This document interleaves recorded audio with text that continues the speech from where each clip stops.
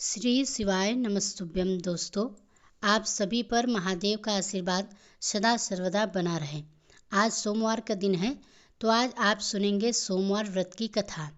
सोमवार के दिन भगवान शिव की पूजा करके कथा का श्रवण करने से भक्तों के सभी कष्ट दूर होते हैं और उनकी मनोकामनाएं भी पूर्ण होती हैं। कथा का शुभारंभ करने से पहले आइए हम सब मिलकर भगवान शिव का स्मरण करें, जो कि सांसारिक भय को हरने वाले हैं और देवताओं के स्वामी हैं, जो गंगा जी को धारण करते हैं, जिनका वृषभ वाहन है, और जो अंबिका के ईश हैं, जिनके हाथ में खटवांग त्रिशूल और वरद अभय मुद्रा है। उन संसार रोग को हरने वाले अद्वितीय औषध रूप भगवान शिव को प्रणाम करते हैं। अर्धनारीश्वर स्वरूप अर्थात भगवती पार्वती, जिनका आधा अंग है, जो संसार की सृष्टि, स्थिति और प्रलय के कारण हैं और आदिदेव हैं, विश्वनाथ हैं, विश्व विजय और मनोहर हैं। सांसारिक रोगों को नष्ट करने के लिए अद्वितीय और औषध रूप में ग्रीस अर्थात शिव को हम सब प्रातः काल नमस्कार करते हैं, जो अंत से रहित आदिदेव हैं, वेदांत से जानने योग्य, पाप रहित और महान पुरुष हैं, तथा जो नाम आदि वेदों से रहित, विकारों से शून्य अर्थात विकार रहित है और संसार रोगों के हरने के निमित्त अद्वितीय औषध है। उन शिव जी को हम सब प्रातः काल नमस्कार भेजते हैं। आइए अब सुनिए सोमवार व्रत की कथा। देखिए, पौराणिक कथा के अनुसार अमरावती नगर में एक धनी व्यापारी रहा करता था। दूर दूर तक उसका व्यापार फैला हुआ था। नगर में उस व्यापारी का सभी लोग बहुत ही मान सम्मान किया करते थे। इतना सब कुछ होने पर भी वह व्यापारी मन से बहुत ही दुखी था, क्योंकि उस व्यापारी का कोई पुत्र जो नहीं था। दिन रात उसे बस एक ही चिंता सताती कि उसकी मृत्यु के बाद उसके इतने बड़े व्यापार और संपत्ति की कौन संभालेगा। पुत्र प्राप्ति की इच्छा से वह व्यापारी हर सोमवार भगवान शिव का व्रत और पूजा किया करता था। सायंकाल को वह व्यापारी शिव मंदिर में जाकर भगवान शिव के सामने घी का दीपक भी जलाता। उस व्यापारी की भक्ति देखकर एक दिन देवी पार्वती ने भगवान शिव से कहा कि हे प्रभु, यह व्यापारी आपका सच्चा भक्त है। कितनों दिनों से यह सोमवार का व्रत और पूजा नियमित कर रहा है। भगवान, आप इस व्यापारी की मनोकामना अवश्य पूर्ण करें। तब भगवान शिव ने मुस्कुराते हुए कहा कि हे पार्वती, इस संसार में सबको उसके कर्म के अनुसार ही फल की प्राप्ति होती है। प्राणी जैसा कर्म करते हैं, वैसा ही उन्हें फल मिलता है। इसके बाद भी देवी पार्वती नहीं मानी। उन्होंने बार बार आग्रह करते हुए कहा कि हे महादेव, हे प्रभु, आपको इस व्यापारी की इच्छा पूरी करनी ही पड़ेगी। यह आपका अनन्य भक्त है।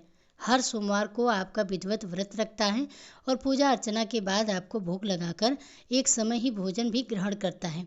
आपको इसे पुत्र प्राप्ति का वरदान देना ही होगा।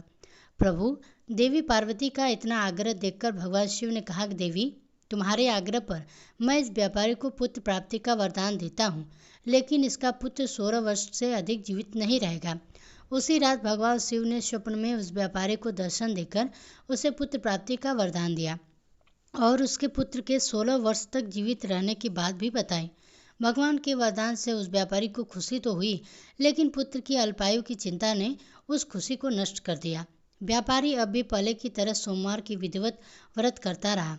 कुछ महीने पश्चात उसके घर में एक सुंदर पुत्र उत्पन्न हुआ।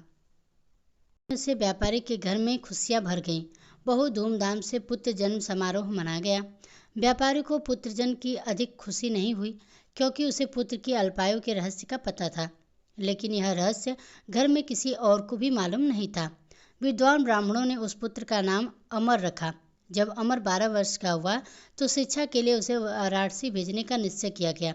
व्यापारी ने अमर के मामा दीपचंद को बुलाया और कहा कि अमर को शिक्षा प्राप्त करने के लिए वाराणसी छोड़कर आओ।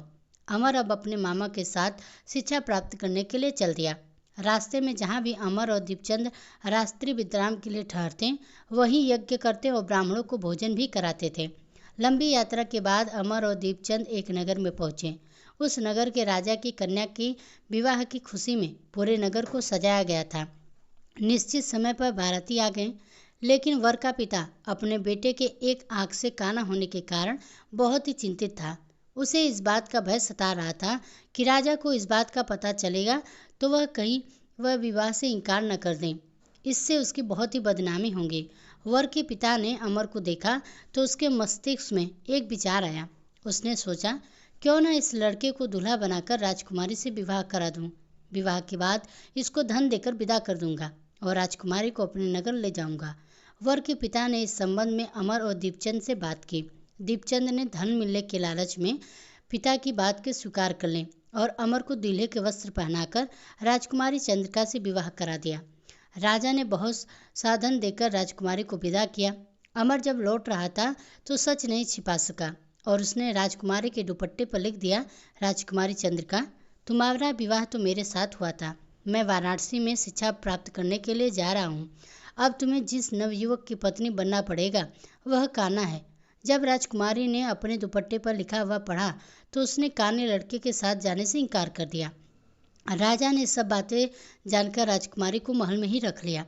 उधर अमर अपने मामा दीपचंद के साथ वाराणसी पहुंच गया। अमर ने गुरुकुल में पढ़ना प्रारंभ कर दिया। जब अमर की आयु 16 वर्ष की हुई तो उसने एक यज्ञ किया। यज्ञ की समाप्ति पर ब्राह्मणों को भोजन कराया और खूब अन्न वस्त्र दान किए। रात को अमर अपने शयन कक्ष में सो गया। शिवजी के वरदान के अनुसार शयनावस्था में अमर के प्राण पखेरु उड़ गए।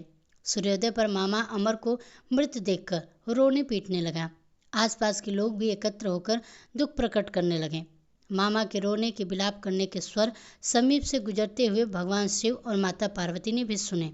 तब माता पार्वती ने कहा, भगवान प्राणनाथ, मुझे इसके रोने का स्वर सहन नहीं हो रहा है। आप इस व्यक्ति के कष्ट को अवश्य दूर कीजिए। भगवान शिव ने देवी पार्वती के साथ अदृश्य रूप में जाकर अमर को देखा तो पार्वती जी बोले, देवी, यह तो उसी व्यापारी का पुत्र है जिसे मैंने 16 वर्ष की आयु का वरदान दिया था। आज इसकी आयु को पूरी हो गई है। तो देवी पार्वती ने फिर भगवान शिव से निवेदन किया कि हे प्राणनाथ, आप इस लड़के को जीवित कर दीजिए, नहीं तो इस लड़के के माता पिता पुत्र के मृत्यु के कारण रो रो कर अपने प्राणों को त्याग देंगे। इस लड़के का पिता तो आपका परम भक्त है, वर्षों से सोमवार का व्रत करते हुए आपको भोग लगा रहा है। माता पार्वती के बार बार आग्रह करने पर भगवान शिव ने उस लड़के को जीवित होने का वरदान दे दिया और कुछ ही क्षणों में वह जीवित होकर उड़ गया। फिर शिक्षा समाप्त करके अमर अपने मामा के साथ अपने नगर की ओर चल दिया। दोनों चलते हुए उसी नगर में पहुंचे जहां अमर का विवाह हुआ था। उस नगर में भी अमर ने यज्ञ का आयोजन किया। समीप से गुजरते हुए नगर के राजा ने यज्ञ का आयोजन देखा। तब राजा ने अमर को तुरंत पहचान लिया। यज्ञ समाप्त होने पर राजा अमर और उसके मामा को महल में ले गया और फिर उन्हें महल में रखकर कुछ बहुत सारा धन वस्त्र देकर राजकुमारी के साथ विदा कर दिया। रास्ते में सुरक्षा के लिए राजा ने बहुत से सैनिकों को भी साथ भेजा। दीपचंद ने नगर पहुंचते ही एक दूत को घर भेजकर अपने आने की सूचना भेजी। अपने बेटे अमर के जीवित वापस लौटने की सूचना से व्यापारी बहुत ही प्रसन्न हुआ। व्यापारी ने अपनी पत्नी के साथ स्वयं को एक कमरे में बंद रखा था। भूखे प्यासे रहकर व्यापारी और उसकी पत्नी बेटे की प्रतीक्षा कर रहे थे। उन्होंने प्रतिज्ञा कर रखी थी कि यदि उन्हें अपने बेटे की मृत्यु का समाचार मिला तो वे दोनों भी अपने प्राण त्याग देंगे।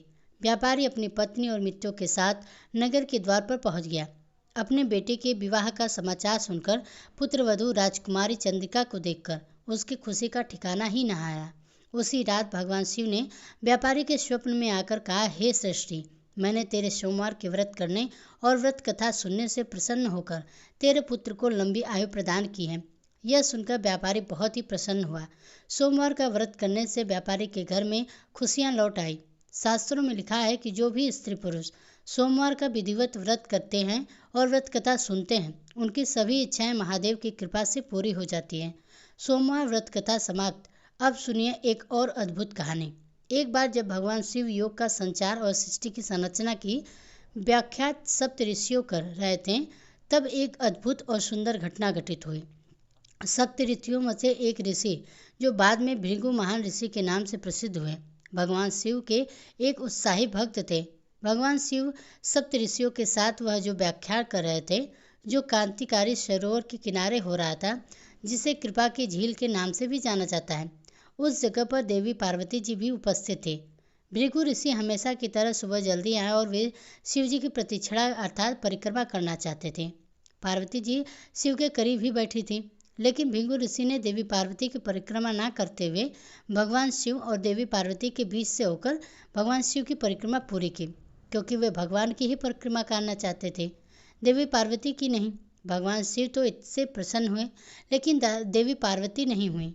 उन्हें भृंगु ऋषि की यह हरकत पसंद नहीं आई। देवी पार्वती के मन की बात भगवान शिव समझ गए। उन्होंने देवी से कहा कि आप थोड़ा और करीब आ जाइए तो वह आपकी परिक्रमा भी कर लेंगे। पार्वती जी भोलेनाथ के और करीब आ गई। भृंगु ऋषि ने देखा कि अब तो परिक्रमा करने के लिए भगवान शिव और देवी पार्वती के बीच में थोड़ी सी भी जगह नहीं बची है, तो उन्होंने एक चूहे का रूप धारण कर लिया और देवी पार्वती को बाहर रखते हुए अकेले शिव जी की परिक्रमा पूरी कर ली।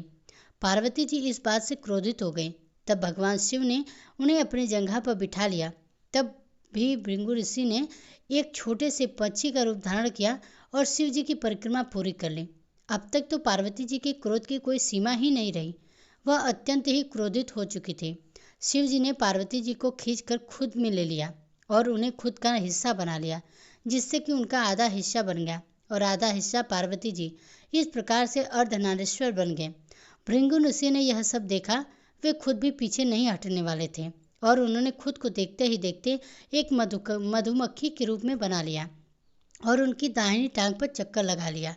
भृंगु का यह बचकाना भक्तिभाव देखकर अब शिवजी तो प्रसन्न हुए, लेकिन साथ ही साथ वे भी नहीं चाहते थे कि भृंगु ऋषि अपनी भक्ति में इतना खो जाएं कि वह प्रकृति के परम स्वभाव को ही समझ न पाए। तब वे सिंहासन पर बैठ गए। अब तो भृंगु ऋषि के पास कोई भी रास्ता नहीं बच सका कि वह सिर्फ शिवजी का और उनके शरीर के किसी हिस्से का चक्कर लगा सके। देवी पार्वती को ऋषि की इस ओछी सोच पर बहुत ही क्रोध आया। उन्होंने ऋषि से कहा कि तुम्हें स्त्रियों से इतना परहेज है क्यों? तो ना तुम्हारे अंदर से स्त्री शक्ति को ही अलग कर दिया जाए। ऐसा कहते ही देवी ने ऋषि के अस्तित्व को अलग कर दिया। अब भृंगु ऋषि ना तो जीवितों में थे और ना ही मृत्यु में थे। उन्हें बड़ी ही पीड़ा हो रही थी। तब वे माता पार्वती से याचना करने लगे। तब भगवान शिव ने देवी ऋषि को क्षमा करते हुए कहा। माता पार्वती ने उन्हें क्षमा कर दिया और बोली, संसार में स्त्री शक्ति के बिना कुछ भी नहीं। बिना शक्ति स्त्री के प्रकृति भी नहीं है, पुरुष भी नहीं है। दोनों का होना अनिवार्य है। जो स्त्रियों को सम्मान नहीं देता उसे भी जीने का कोई अधिकार नहीं है। कथा अब यहीं पे समाप्त होती है। तो प्रेम से बोलिए भगवान शंकर की जय। हर हर महादेव। यह कथा आपको पसंद आई हो तो वीडियो को लाइक कर कमेंट बॉक्स में हर हर महादेव जरूर लिखिएगा। साथ ही इसी तरह की व्रत कथाओं को सुनने के लिए हमारे चैनल को सब्सक्राइब जरूर कीजिएगा।